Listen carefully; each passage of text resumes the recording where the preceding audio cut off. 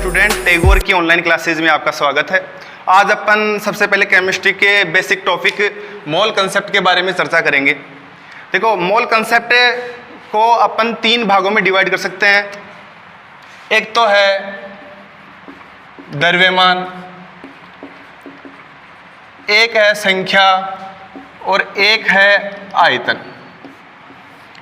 द्रव्यमान, संख्या और आयतन, तीनों का ही अपन बारी बारी से चर्चा करेंगे। सबसे पहले अपन अगर बात करें द्रव्यमान की, अगर द्रव्यमान को मैं मोल के रूप में परिभाषित करना चाहूँ तो सीधा सा तरीका है कि एक मोल में उपस्थित द्रव्यमान को ही मोलर द्रव्यमान बोलते हैं।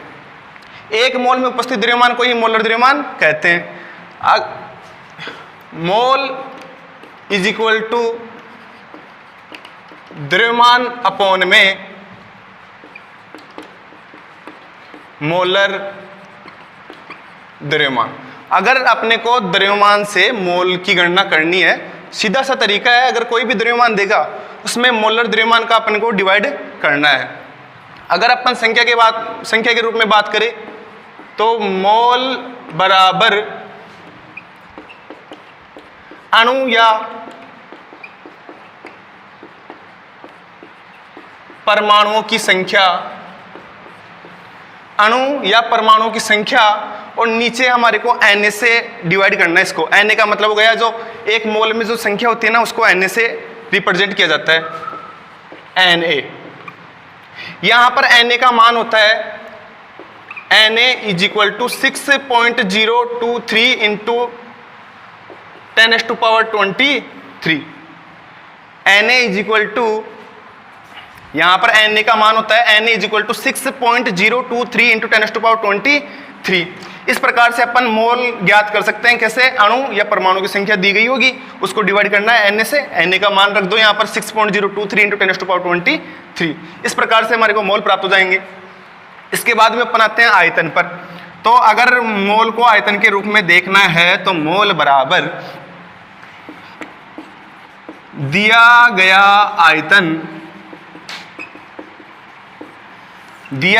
आयतन अपॉन में 22.4 लीटर। यहां पर दिया गया आयतन भी लीटर में ही लेना है यहाँ पर, और जो दिया गया आयतन लीटर में है उसको डिवाइड करना है 22.4 से। अधिकतर जो आयतन देता है वो हमेशा ml में देता है, तो ml में करने के लिए क्या करेंगे अपन, दिया गया आयतन, ये अगर ml में दे रखा हो तो सीधा सा तरीका है 22.4 को भी ml में बदल लो। तो 22.4 इंटू इसको 1000 से मल्टीप्लाई कर दो, तो ये जो आने वाली संख्या है वो क्या आएगी, मोल। तो ये तीन रूप हो गए मोल के। तीनों में ही अलग अलग प्रकार से अपन मोल को पढ़ते हैं। अगर इसका सीधा सा तरीका देखना हो, अगर ये द्रव्यमान, संख्या और आयतन तीनों ही भिन्न भिन्न रूप है, अगर तीनों का ही अपने को कॉम्बिनेशन बनाना हो तो एक मैप आता है, उसको बोलते हैं वाई मैप। इसके द्वारा अपन क्या कर सकते हैं, तीनों में ही अपन संबंध ज्ञात कर सकते हैं कि द्रव्यमान का संख्या से क्या संबंध होगा, संख्या का आयतन से क्या संबंध होगा, आयतन का द्रव्यमान से क्या संबंध होगा। इसको देखने के लिए सबसे पहले ये देख लो आप एक बार कि जो आयतन देगा वो हमेशा ही किसी ना किसी गैस का ही देगा। आयतन कभी भी द्रव का नहीं देगा। आयतन अगर द्रव का दे तो उसके साथ घनत्व जरूर देगा वो, और घनत्व बराबर क्या होता है, द्रव्यमान बटा आयतन। तो द्रव्यमान रख दो, घनत्व दे रखा है, और उससे क्या प्राप्त हो जाएगा हमारे को, आयतन। लेकिन अधिकतर केसों में अगर देखें अपन बात करें तो आयतन को हमेशा ही गैस का ही आयतन देगा, और इस गैस के आयतन को अपन आदर्श गैस समीकरण के द्वारा परिभाषित कर लेंगे। एक बार अपन चर्चा करते हैं आदर्श गैस समीकरण पर।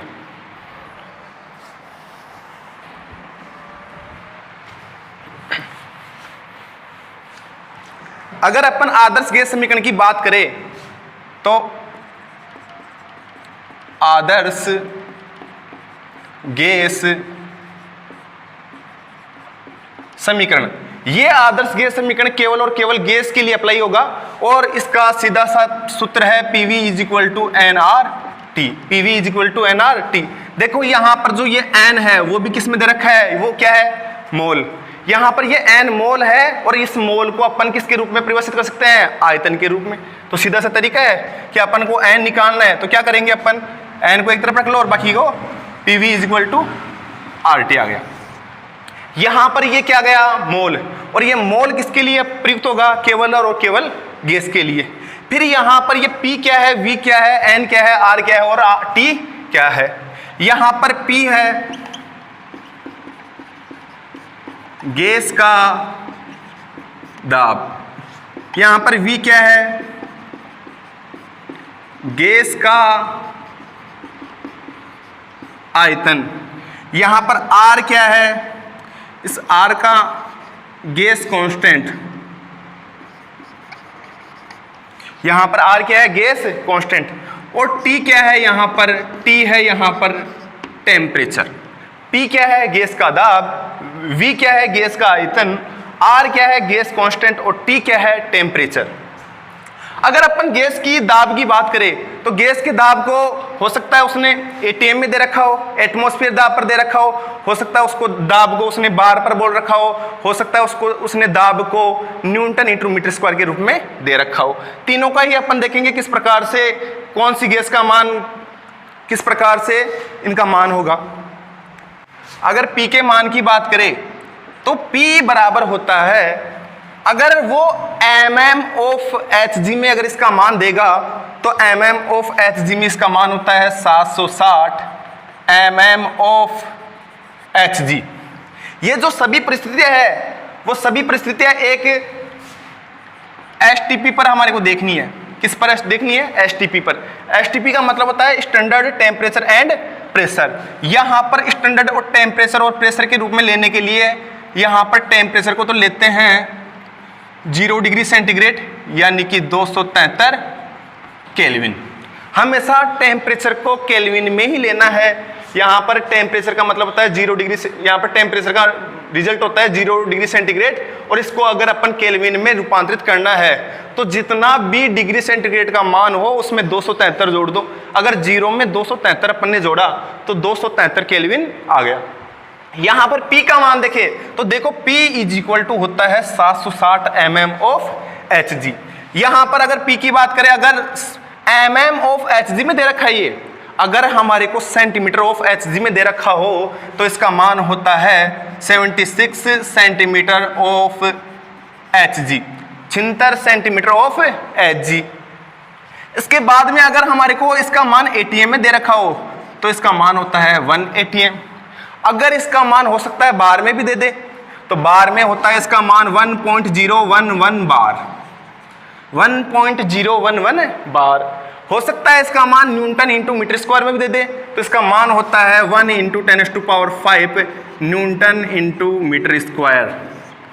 अगर बार एटीएम को न्यूटन इंटू मीटर स्क्वायर में बदलना है तो 10⁵ से इसको क्या कर देते हैं, मल्टीप्लाई। देखो एक का एक है लेकिन ये कितने गुना ज्यादा है, 10⁵ गुना ज्यादा है। तो एटीएम को न्यूटन इंटू मीटर स्क्वायर में बदलने के लिए क्या करते हैं अपन, 10⁵ से इसको मल्टीप्लाई कर देते हैं। इस प्रकार से हमारे पास P का मान आ गया, P का मान आ गया। अगर हमारे को V देखना है तो V क्या है, वॉल्यूम यानी कि आयतन। अगर वॉल्यूम देखना है तो इसको लीटर में भी ले सकते हैं इसको, और इसका मान अपन ml में भी ज्ञात कर सकते हैं। और वैसे देखा जाए तो एक मोल का आयतन कितना होता है, अगर मोलर आयतन की बात करें अपन, मोलर आयतन की बात करें तो उसका मान होता है 22.4 लीटर, 22.4 लीटर। अब इसमें मोलर आयतन का मतलब ऐसा नहीं है कि CH4 अगर मेथेन गैस है तो उसके लिए अलग होगा और कोई CO2 गैस है तो उसके लिए अलग होगा। कंडीशन ये होनी चाहिए कि PV is equal to NRT यानी कि आदर्श गैस समीकरण होना चाहिए, और उसकी कंडीशन क्या होनी चाहिए, 0 डिग्री सेंटीग्रेड, और टेम्परेचर का मान दे रखा हो तो प्रेशर इनमें से कोई भी एक दे सकता है। अगर ये कंडीशन अप्लाई होगी तो उस गैस का मोलर आयतन 22.4 ही होगा। इससे कोई फर्क नहीं पड़ेगा कि उसका वो गैस मेथेन है, CO2 है, कोई सी भी गैस हो, उसका आयतन 22.4 ही होगा। बस कंडीशन इतनी सी है, वो STP पर होना चाहिए।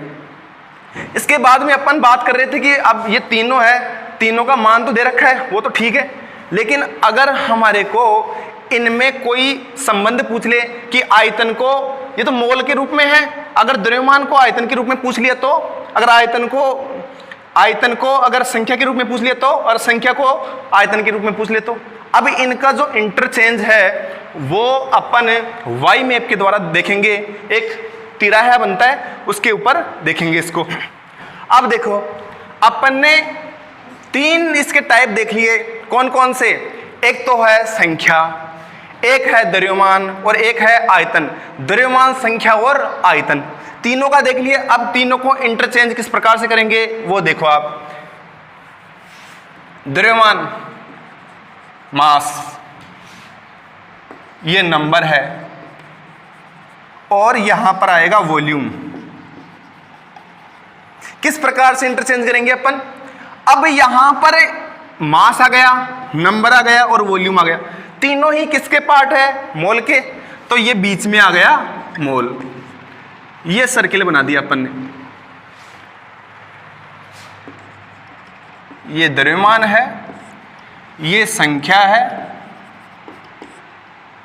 और यहां पर आ गया आयतन। यहां पर आ गया आयतन। अगर हमारे को द्रव्यमान को मोल में चेंज करना है तो अभी तो देखा था कि मोल बराबर क्या था? मोल बराबर द्रव्यमान बट्टा मोलर द्रव्यमान, द्रव्यमान बट्टा मोलर द्रव्यमान, यानी कि मोलिकुलर वेट। इसका मतलब है कि अपने को अगर द्रव्यमान को मोल में चेंज करना है तो किससे डिवाइड करना है? मोलिकुलर वेट से। तो ये रहा द्रव्यमान, और इसको चेंज किया अपन ने मोल में। जैसे ही इसको मोल की तरफ आया तो इसमें डिवाइड किससे होगा? ये मोलिकुलर वेट से। सीधा सा तरीका है, तो ये डिवाइड हो गया मोलिकुलर वेट से। ये डिवाइड किससे हो गया? मोलिकुलर वेट से। अगर इसी मोल को द्रव्यमान के रूप में जाना है, ये लो मोल है, अब मोल को बदल रहे हैं अपन द्रव्यमान के रूप में। बोल देगा 2 मोल है, 3 मोल है, और इसका द्रव्यमान पूछ लेगा, तो उसको चेंज कैसे करेंगे? तो जो भी पदार्थ दिया गया होगा उसका अनुभार तो होगा, और उस अनुभार से हमारे को क्या करना है? Multiply molecular weight, multiply molecular weight. यहां पर ये MW का मतलब है मोलिकुलर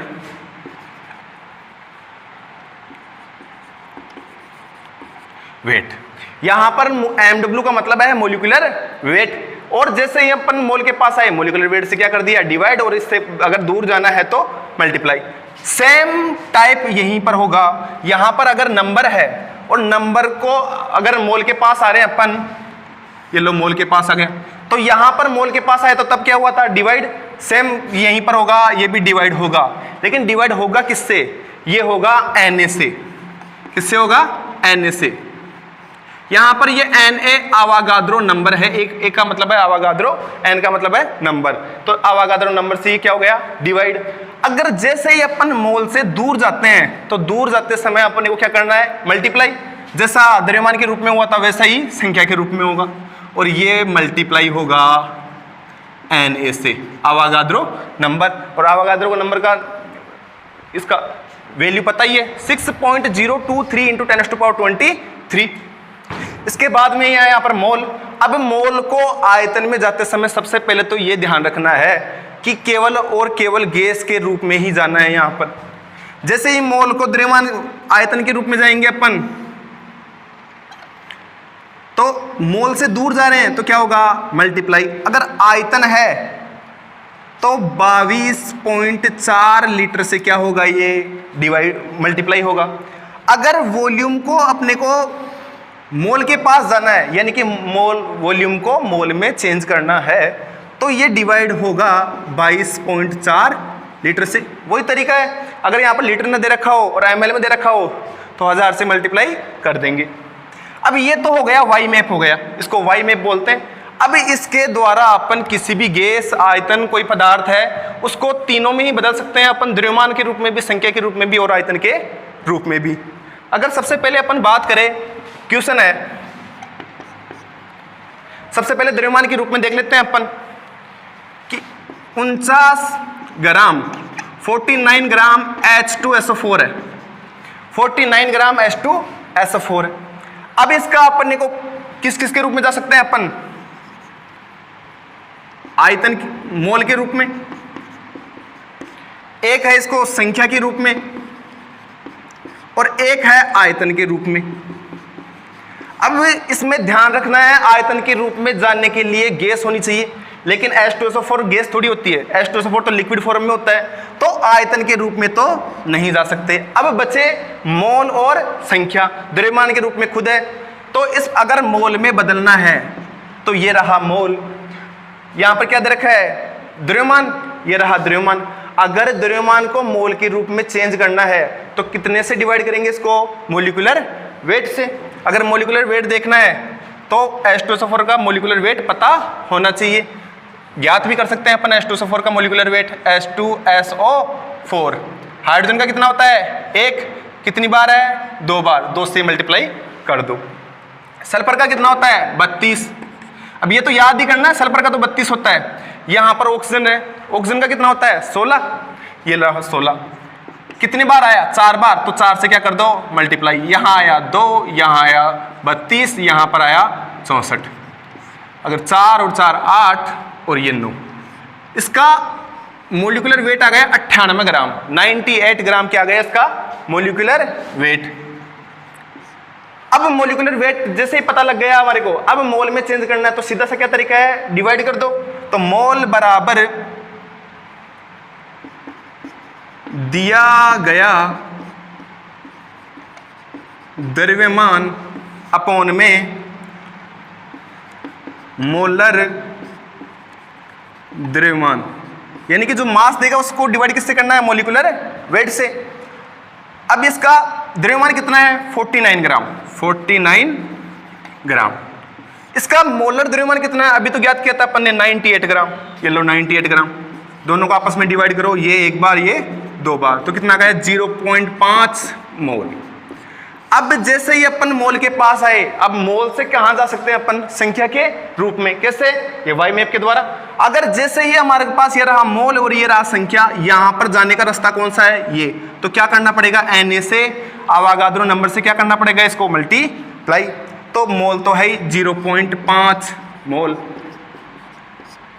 0.5 मोल है, और संख्या के रूप में जाएंगे अपन तो किससे मल्टीप्लाई करेंगे, आवागाद्रो नंबर से। तो ये रहा आवागाद्रो नंबर 6.023 इंटू 10⁻23। और जैसे ये मल्टीप्लाई करेंगे अपन, क्या आ जाएगी संख्या, तो संख्या आ गई 3.012 इंटू 10⁻23। इस प्रकार से अपन ने द्रव्यमान से पहले चेंज किया मोल में, और मोल से चेंज किया संख्या में। बस इतना सा ध्यान रखना है, आयतन के रूप में चेंज नहीं कर सकते। क्यों, क्योंकि आयतन के रूप में चेंज करेंगे तो हमारे पास गैस होना आवश्यक है, और H2SO4 तो लिक्विड फॉर्म में पाया जाता है। अगर और क्वेश्चनों की बात करें अपन, इसी वाई मैप के द्वारा अपन और भी क्वेश्चन है, और इसी वाई मैप के द्वारा सभी क्वेश्चन सॉल्व हो जाएंगे। देखो कैसे, अगर हमारे को क्वेश्चन दे दिया कि 11 ग्राम CO2 गैस है, 11 ग्राम CO2 गैस है, और इस 11 ग्राम CO2 गैस में ऐसे पूछ सकता है भाई इसमें कितने अणु होंगे, इस 11 ग्राम में कितने अणु होंगे। तो जब द्रव्यमान के रूप में दे रखा है और हमारे को अणु के रूप में जानना है, संख्या अणु का कितने अणु होंगे, तो अगर अणु के रूप में जाना है यानी कि संख्या के रूप में जानना है, तो पहले कहां आना पड़ेगा, मोल के रूप में। अब मोल के रूप में जैसे ही मोल के पास आते हैं तो सीधा सा तरीका है, डिवाइड होगा। किससे डिवाइड होगा, द्रव्यमान दे रखा है तो मोलिकुलर वेट से डिवाइड हो जाएगा। तो मोल बराबर दिया गया द्रव्यमान, दिया गया द्रव्यमान बटा मोलिकुलर वेट। अब ये देखो कि दिया गया द्रव्यमान कितना है, 11 ग्राम, अपॉन में मोलिकुलर वेट। मोलिकुलर वेट तो पता होना चाहिए और अपन ज्ञात भी कर सकते हैं। तो CO2, C का कितना होता है, C का परमाणु भार कितना होता है, 12 ग्राम। अगर O2 का कितना होता है, 12, और इसका O2 का कितना होता है, 16, तो कितने से मल्टीप्लाई हो जाएगा, 2 से मल्टीप्लाई। तो ये तो आ गया 12, और ये 16 का दुगुना 32, तो कितना हो गया ये 44 ग्राम। कितना हो गया 44 ग्राम। 11 ग्राम दे रखा है, मोलिकुलर वेट है 44 ग्राम, तो 44 से क्या कर दो, डिवाइड कर दो इसको।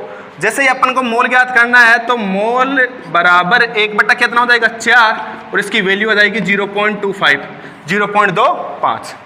अब मोल तो आ गया, लेकिन हमारे को पूछा क्या है, अणु। जैसे ही हमारे को अणु पूछा है तो ये मल्टीप्लाई किससे होगा, Na से। तो संख्या ज्ञात करनी है हमारे को, इसकी संख्या जैसे ज्ञात करेंगे तो जैसे ही मोल से दूर जाते हैं तो श्योर है मल्टीप्लाई होगा, चाहे से वो आयतन के रूप में हो, द्रव्यमान के रूप में हो या संख्या के रूप में हो। लेकिन मल्टीप्लाई होगा कितने से, संख्या दे रखा है तो आवागाद्रो नंबर से हो जाएगा। तो संख्या बराबर मोल इनटू आवागाद्रो नंबर Na। मोल कितना आया 0.25, 0.25। Na का रिजल्ट कितना होता है 6.023 इंटू 10⁻23।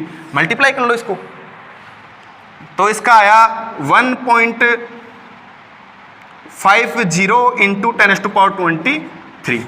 इसकी लगभग वैल्यू आ जाएगी 0.50 इंटू 10⁻23। अब इसमें ये CO2 गैस है, ठीक है। अब इसको आयतन के रूप में भी जा सकते हैं, क्यों, क्योंकि CO2 क्या है, गैस। अब आयतन के रूप में जाने के लिए जैसे ही अपन मोल से दूर जाते हैं तो सीधा सा तरीका है मल्टीप्लाई होगा। अब मल्टीप्लाई होगा कितने से, किस में जा रहे हैं, आयतन में। तो आयतन कितना होता है 22.4 लीटर, तो मल्टीप्लाई कितने से हो जाएगा 22.4 लीटर से। जैसे ही अपने को इसमें आयतन ज्ञात करना है, क्या ज्ञात करना है, आयतन। आयतन ज्ञात करने के लिए सीधा सा तरीका क्या है कि मोल कितने हैं यहां पर 0.25, ठीक है। और आयतन से आयतन की तरफ जा रहे हैं तो मल्टीप्लाई कितने से करना पड़ेगा 22.4 से, और ये आयतन क्या जाएगा 4, इसको डिवाइड कर लो 4 से 5.51, और ये आयतन आएगा तो 22.4 क्या होता है लीटर, तो आने वाला आयतन भी किस में आएगा, लीटर में। तो 5.51 क्या आ जाएगा ये लीटर आयतन। अब देखो ये गैस है, गैस होने के कारण ही इसको द्रव्यमान के रूप में भी देख लिया, इसको संख्या के रूप में भी देख लिया, और इसको आयतन के रूप में भी देख लिया। ये तो है बेसिक इनके क्वेश्चन। इनमें और भी अच्छे क्वेश्चन आते हैं, देखेंगे अपन कि अब क्या करेगा कि ना तो हमारे को कोई संख्या पूछेगा, ना तो हमारे को अणु की संख्या पूछेगा, ना हमारे से मोल की संख्या पूछेगा। अब क्या करेगा वो क्वेश्चन में कि हमारे को वो क्या देगा, परमाणुओं की संख्या पूछेगा। अब की बार क्या पूछेगा, परमाणुओं की संख्या। कैसे, देखो इसमें अपन क्या करेंगे, जैसे मान लो H2SO4 है, H2SO4। अब की बार क्या करेगा वो मोल खुद देगा, मोल क्या करेगा वो खुद देगा। जैसे सपोज करो उसने 2 मोल दे दिया, 2 मोल दे दिया। अब क्या करेगा वो ये नहीं पूछेगा कि ये 2 मोल में इसका कितना द्रव्यमान होगा, क्योंकि पिछली बार देख लिया अपन ने भाई कौन से क्वेश्चन किस प्रकार से होंगे, तो ये तो क्वेश्चन हो गया था। अब क्या करेगा वो 2 मोल में क्या पूछेगा कि 2 मोल H2SO4 में कितने परमाणु ऑक्सीजन के होंगे, कितने परमाणु ऑक्सीजन के होंगे। कैसे, जैसे 2 मोल है और 2 मोल में पूछ लिया कितने परमाणु ऑक्सीजन होंगे, कितने परमाणु ऑक्सीजन होंगे। अगर हमारे को अणुओं की संख्या में जानना होता तो अपन इजीली इस जो अपन ने वाई में बनाया था इसके द्वारा जा सकते थे, लेकिन हमारे को अब परमाणु की संख्या पूछ रखा है, तो इसके लिए अपन को क्या करना है, थोड़ा सा ज्यादा गहराई में जाना है इसमें। तो इसमें क्या करेंगे कि ऑक्सीजन परमाणु की संख्या पूछी है तो H2SO4। अब ये बताओ इसका एक अणु है, ये एक अणु H2SO4 है, इस एक अणु H2SO4 में कितने परमाणु ऑक्सीजन के हैं। इस एक अणु H2SO4 में 4 परमाणु क्या है, ऑक्सीजन। इससे एक अणु H2SO4 में 4 परमाणु ऑक्सीजन के हैं। अब अणुओं की संख्या तो अपन ज्ञात कर सकते हैं, जैसे ही अपन के हमारे पास अणुओं की संख्या आएगी, इसको 4 से मल्टीप्लाई कर देंगे तो ऑक्सीजन की संख्या आ जाएगी। अब अणुओं की संख्या कितनी कैसे आएगी? अणुओं की संख्या में कभी भी अगर मोल से दूर जाना है तो सदैव क्या होगा? मल्टीप्लाई। तो इसमें 2 मोल तो दे रखा है, तो 2 मोल H2SO4, 2 मोल H2SO4, 2 मोल H2SO4 दे रखा है। तो सबसे पहले तो अणुओं में बदलो इसको। अणुओं में बदलने के लिए मल्टीप्लाई किससे करना पड़ेगा? Na से, नंबर ऑफ अवागाद्रो से। जैसे अपने Na से मल्टीप्लाई किया तो 6.023 इंटू 10⁻23 और मोल कितने हैं? 2। ये क्या आ गए? अणु। ये क्या आ गए? अणु। और हमारे को पता है कि एक अणु में 4 परमाणु ऑक्सीजन के होते हैं। अब अणु को हटाने के लिए क्या करेंगे अपन? कितने से मल्टीप्लाई कर देंगे? 4 परमाणुओं से। अगर इसमें भी देखना है तो 6.023 इंटू 10⁻23 इंटू 2 तो है ही। अब जैसे अणु को हटाऊंगा मैं तो कितने से मल्टीप्लाई करना पड़ेगा? 4 इंटू 4 परमाणु किसके? ऑक्सीजन के। 4 परमाणु ऑक्सीजन के। तो ये कितना हो गया? 4 का दुगुना 8 और 8 को 6 से मल्टीप्लाई किया तो कितना हो गया? 48। 48.1 इंटू 10⁻23 परमाणु क्या हो गए? ऑक्सीजन। तो 4 का दुगुना 8, 8 6 48 और ये 8 16 से गुना होकर 1 पॉइंट ये आ जाएगा। तो 48.1 इन 10⁻23 परमाणु किसके आ गए? ऑक्सीजन के। अब इससे अच्छे और भी क्वेश्चन दे सकता है। इसके लिए हमारा क्या होना चाहिए? बेसिक कंसेप्ट मजबूत होना चाहिए। 20 ग्राम भारी पानी, 20 ग्राम भारी पानी में न्यूट्रॉन